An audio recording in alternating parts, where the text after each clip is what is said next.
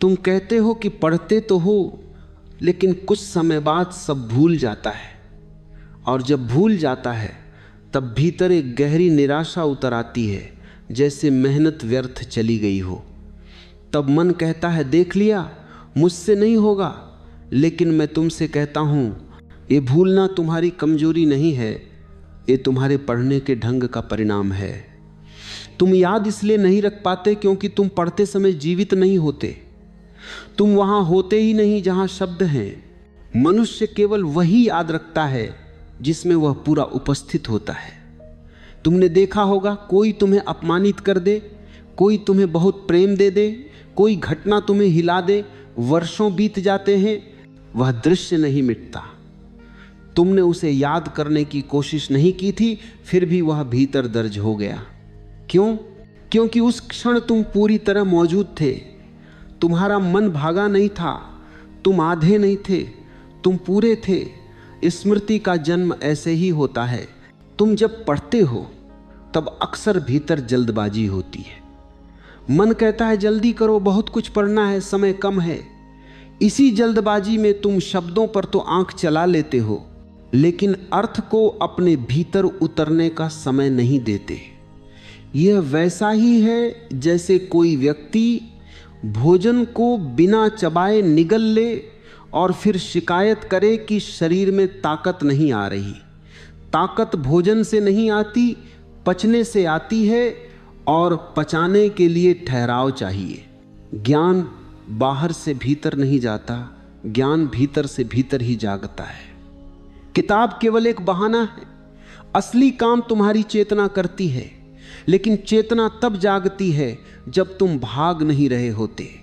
तुम जिस क्षण पढ़ते हुए यह सोचते हो कि यह याद रखना है, उस क्षण तुम भविष्य में चले जाते हो, और भविष्य में जाकर वर्तमान का ज्ञान कैसे उतरेगा?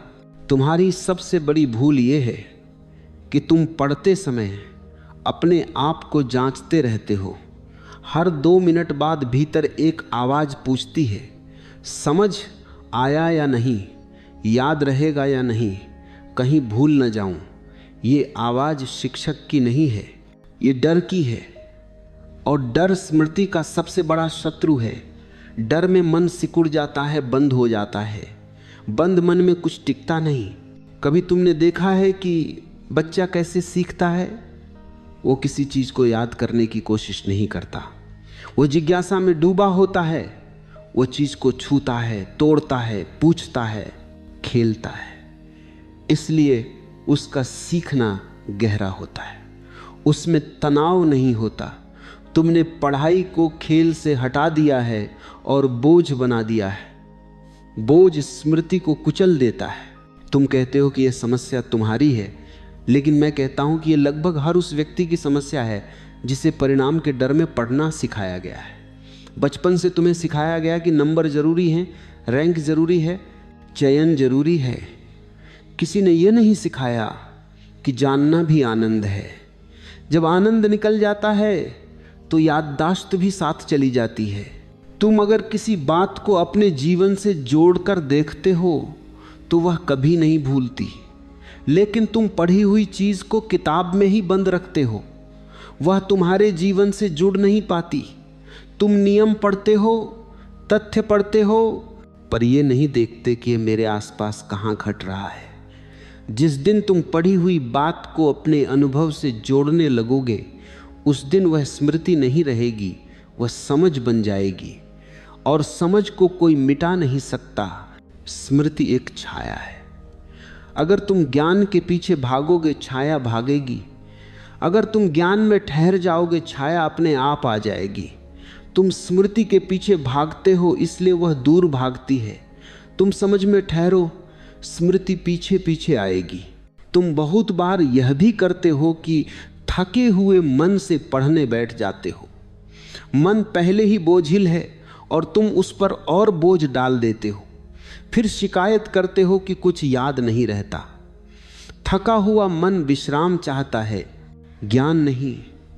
जब तुम मन की इस अवस्था को नहीं समझते, तब तुम खुद के साथ हिंसा करते हो। सच यह है कि जो पढ़ाई शांति में होती है वही स्मृति में उतरती है। शांति का मतलब ये नहीं कि आसपास आवाज ना हो, शांति का मतलब है कि भीतर खिंचाव ना हो। जब तुम पढ़ते समय खुद को साबित नहीं कर रहे होते, जब तुम किसी से आगे निकलने की कोशिश नहीं कर रहे होते, जब तुम सिर्फ जानने में रस ले रहे होते, तब पढ़ी हुई बात भीतर जड़ पकड़ लेती है। एक दिन तुम यह अनुभव करोगे कि बिना जोर लगाए, बिना दोहराए, बिना रटने के भी बातें याद रह रही हैं। उस दिन तुम्हें समझ में आएगा कि समस्या तुम्हारी बुद्धि में नहीं थी, समस्या तुम्हारी बेचैनी में थी। बेचैनी चली गई, स्मृति आ गई। मनुष्य तब सीखता है जब वह शांत होता है, निर्दोष होता है और वर्तमान में होता है।